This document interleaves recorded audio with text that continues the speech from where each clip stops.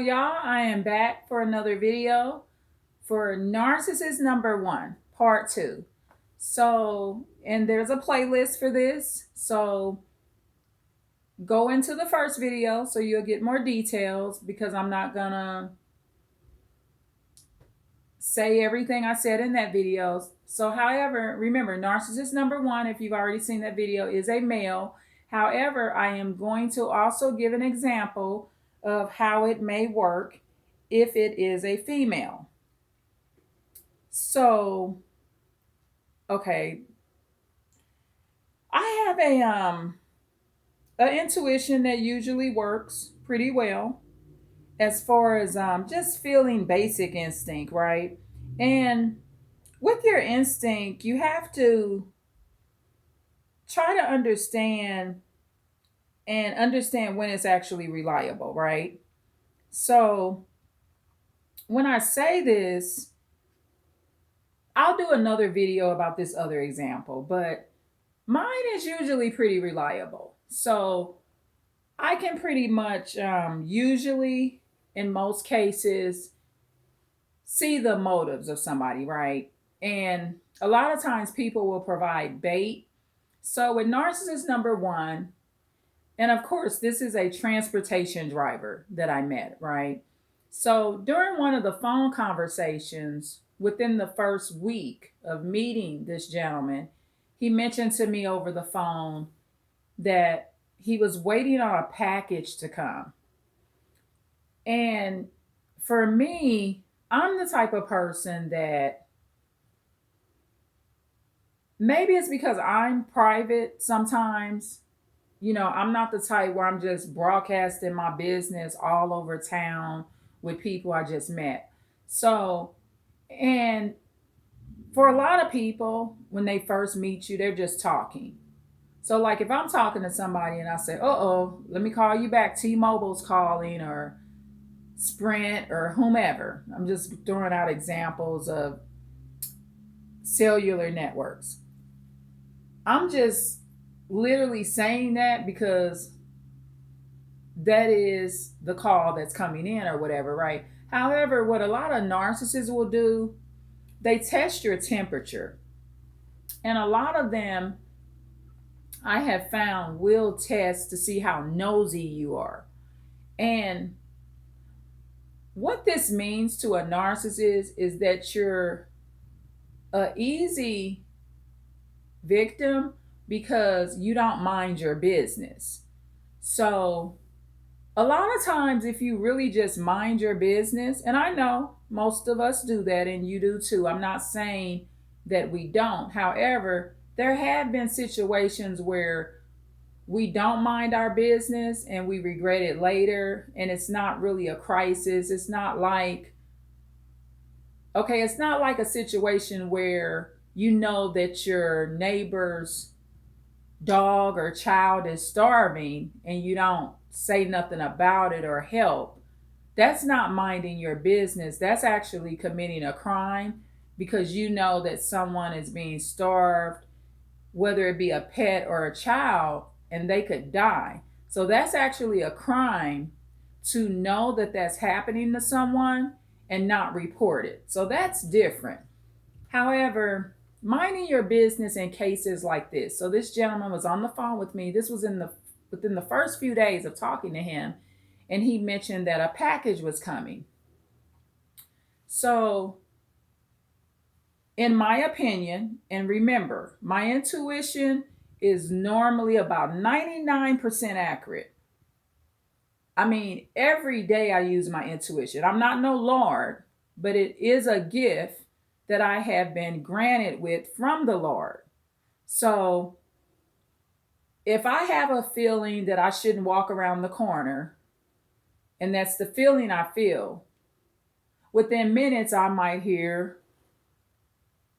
ambulance sirens or police sirens. I mean, my intuition usually is a great alarm system for me. So this gentleman was saying he was waiting on a package to come. Now, I could feel the energy of that conversation. And one of my regular viewers left a comment in the first video that, in her opinion, the gentleman is narcissistic. So I'm also asking you, if you're listening to this video, to leave a comment, to think or to say or give an opinion. I apologize for that. Give an opinion as to what you think the gentleman is.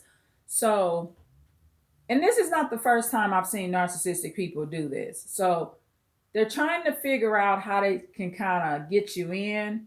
And so one of the ways that they can get you in is through you being nosy. So you being nosy and wanting to know what they're doing and what package is coming for them can make you say something like, well, can I come over to your house? Can I come by? Can you and your package come over here? Stuff like that. So the gentleman was like, he's waiting on a package.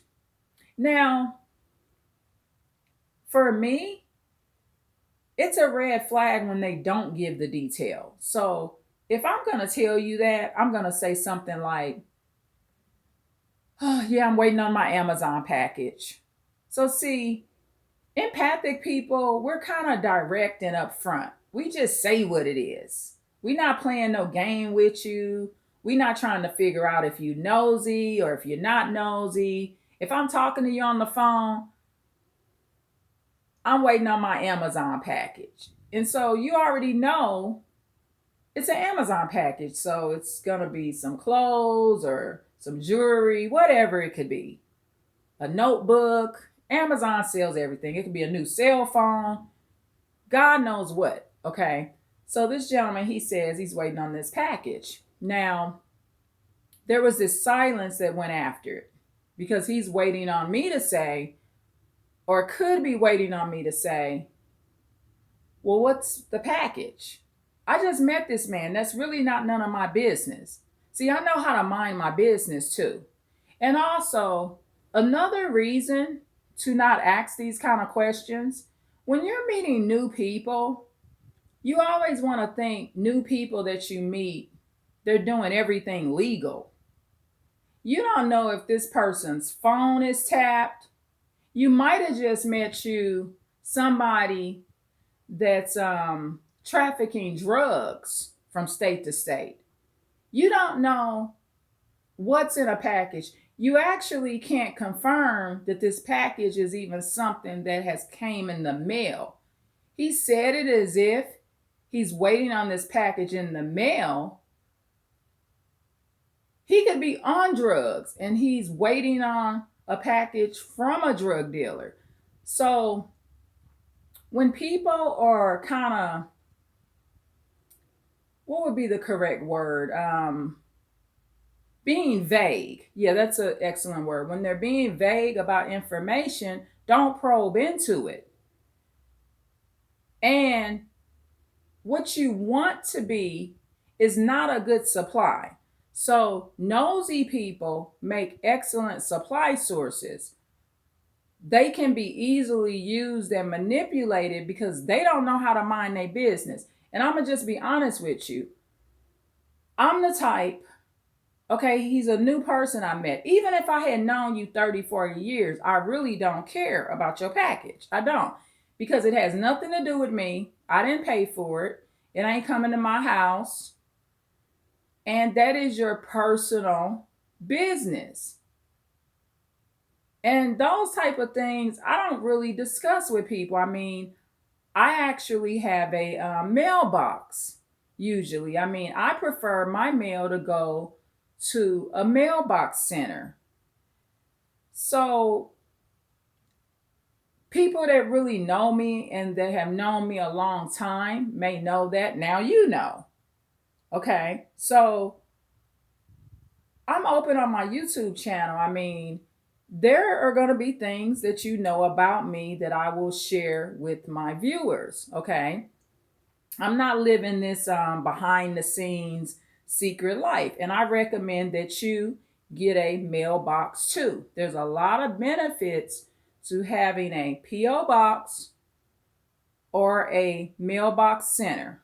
Okay. It's way more efficient. It's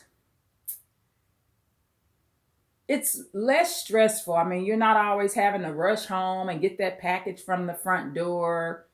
It's safer because you got to remember, especially like for things like Amazon packages, they got all these different drivers dropping stuff off at your door and coming to your house. I highly recommend that you not have all these strangers coming to your house, whether it be men or women coming. That's just my suggestion. You want to be safe. And if anything were to happen, say your place was vandalized, you want to be able to narrow down who knows where you stay and who usually comes by. That way, there's not like hundreds of people that need to be investigated just to figure out who threw a brick in your window. Okay? So, that's just my suggestion for men and women. Get you a mailbox center so all these strangers not coming to your house. So anyway, for narcissist number one, this was one of his tactics. And for men, a tactic that a woman may use to get you to probe into what she's saying, she may say something to you like, I'm waiting on this call about this bill that I need to pay off. And for guys, she's probing you in to be nosy because she just met you. She may actually want you to pay that bill. It may not even be a bill at all. She just wants to test to see how much you're going to ask about her to see how vulnerable you are. So, especially when you're meeting new people, don't act bothered about their personal business. And so I noticed that the gentleman noticed that I didn't really get into asking about that package. And how I know that he noticed it is he continued to bring it up again. So when I didn't ask what was the package, when is it coming, a few hours later or a couple hours later, he was telling me that he was concerned that he wouldn't be there to get his package. So that was a window for me to say, well, you know what? I'll come by your place and I'll wait on it for you. And you should never do that for strangers that you just met because you don't know what you're waiting on.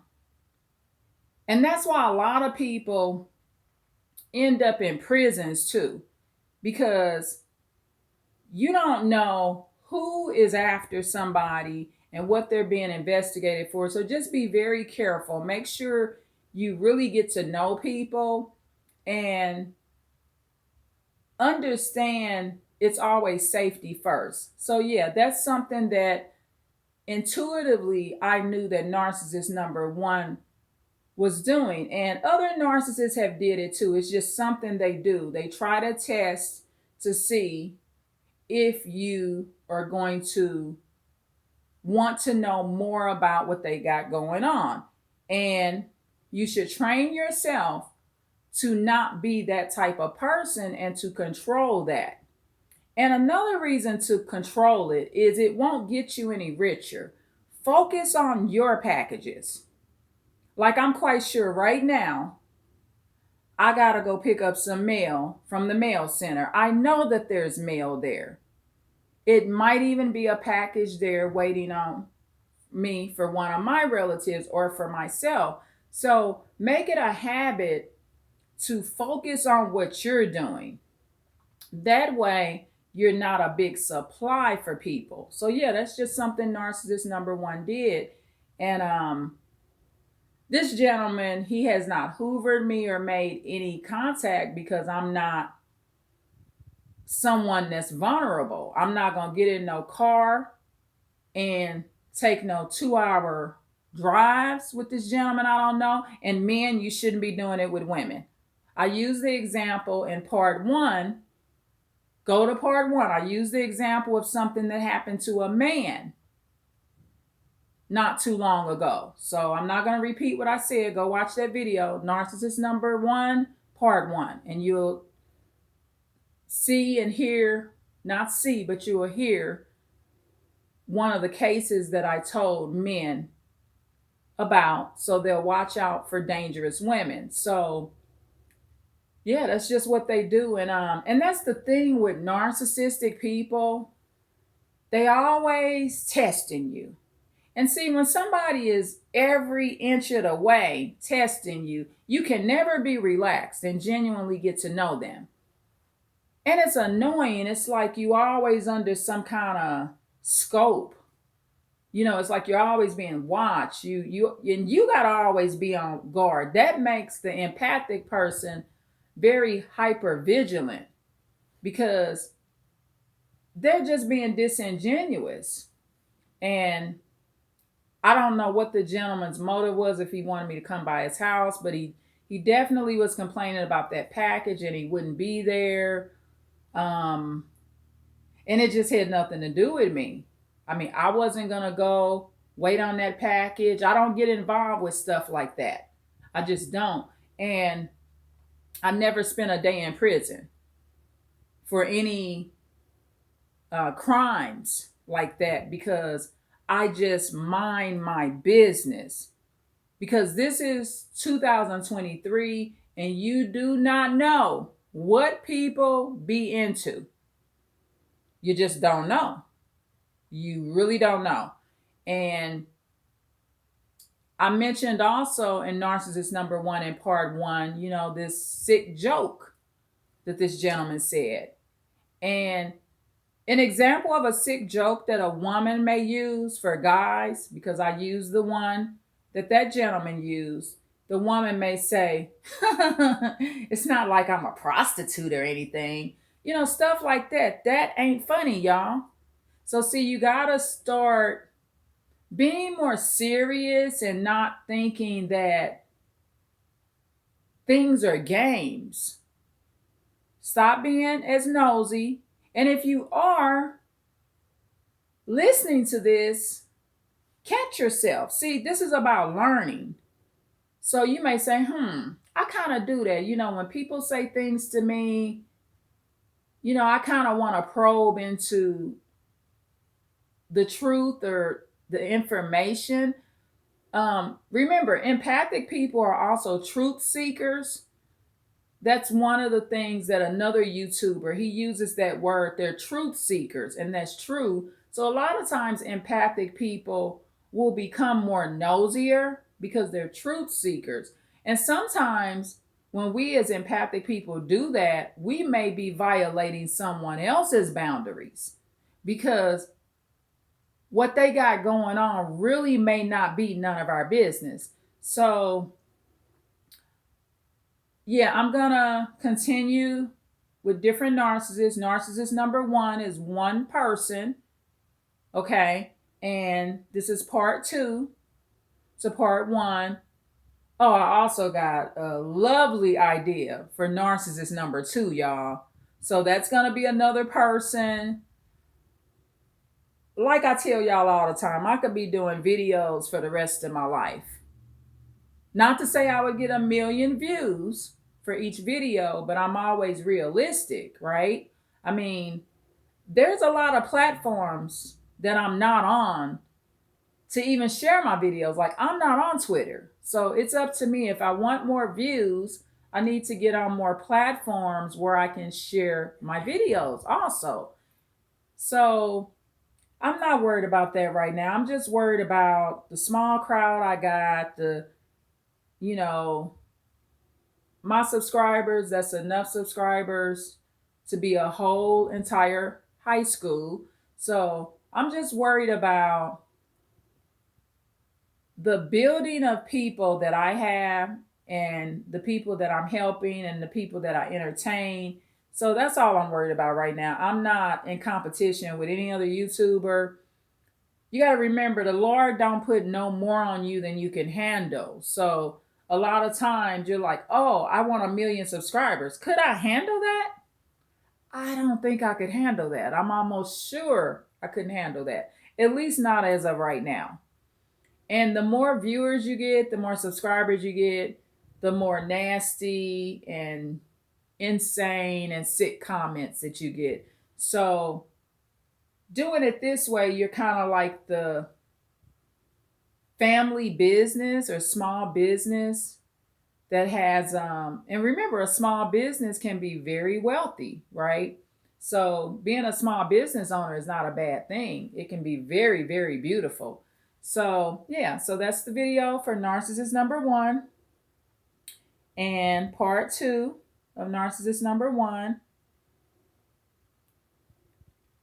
And you just got to learn how these people work, because they won't change. I mean, for narcissists that are always trying to bait you in, to ask them questions, to get you to be nosy, there normally will not be a good outcome for those situations. And the reason is because that baiting you in for things that have nothing to do with you, that don't benefit you at all, normally just has a toxic outcome. And I don't like to have those kind of relationships with people. Sometimes I like you to be a little bit more private when I'm just meeting you. You know, your package is your package. You know, keep that to yourself. But I never asked what kind of package you got coming, who delivering it. I never asked any of those questions because it's just not my business. And because of that character trait that I showed and displayed, that also shows that you got something going on yourself. See, people that are always in the narcissist business, wanting to know what they're doing, that's a sign that you don't have enough going on. And you should be making things in your life that benefits you, where you have more to do, that helps you and the other people that you choose to help. And that's just how I genuinely feel about it, okay? So tune in for more. Please like, share, and subscribe. Please leave a comment about what you think and if this has ever happened to you, and if you've noticed that narcissists do this, and share your thoughts on some of the intuition predictions that you've had in your lifetime that have saved you from maybe even tragedies. And just learn to live and be the best that you can be. Don't live in a world where you're constantly being baited in by somebody else's life. Just don't worry about it. Just mind your own business and don't worry about how narcissists do that, because they won't change. That's just the way that they handle people, and they'll be disingenuous to the day they leave here. That is just their nature and their makeup. I love y'all so much. Please like, share, and subscribe. And please leave a comment on your thoughts. And please add to what type of person you think this is. You think this is someone that's just narcissistic, a narcissist, an empath, or a normal. I love y'all. Bye.